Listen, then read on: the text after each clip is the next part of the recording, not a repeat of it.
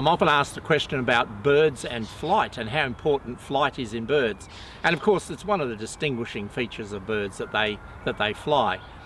Not all birds fly, however, so we do have some birds that have never flown probably, birds like cassowaries, ostrich, emu.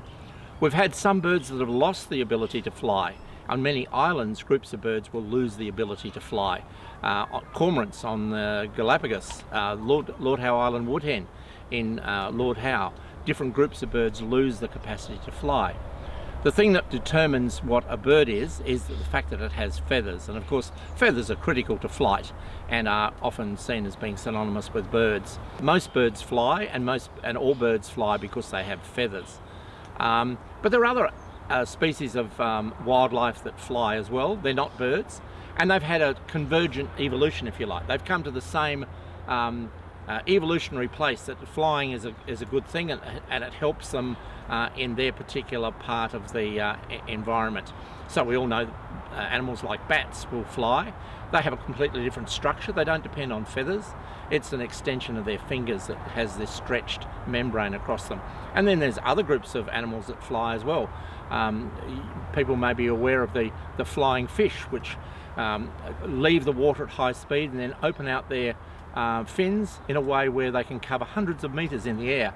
They don't flap, they can't direct their flight easily, but they do fly through the air. And of course many mammals verge on being able to fly. The gliders that will go to the top of a tree, extend their membranes between their forearms and their rear legs, and can travel very long distances, a feat that's also accomplished by some lizards. But at the end of the day, the animal in the animal kingdom that we think of mainly for flying is birds. All birds have feathers. That's the distinguishing feature of birds, and that's how we can detect from fossils, for example, which animals are reptiles and which animals are birds, by the presence or absence of feathers. But the whole issue of flight in birds is a fascinating one, and we're learning more and more every day about how effective flying can be in birds. And the interesting thing is that we can adapt that knowledge that we gain from birds to technology that humans use, for example, to fly aircraft. And in these days when we're trying to make aircraft fly even more economically than they have in the past, some of these tricks that the birds use are going to be useful learnings for us in the future to make our planes fly more efficiently. So, interesting stories about flight in birds.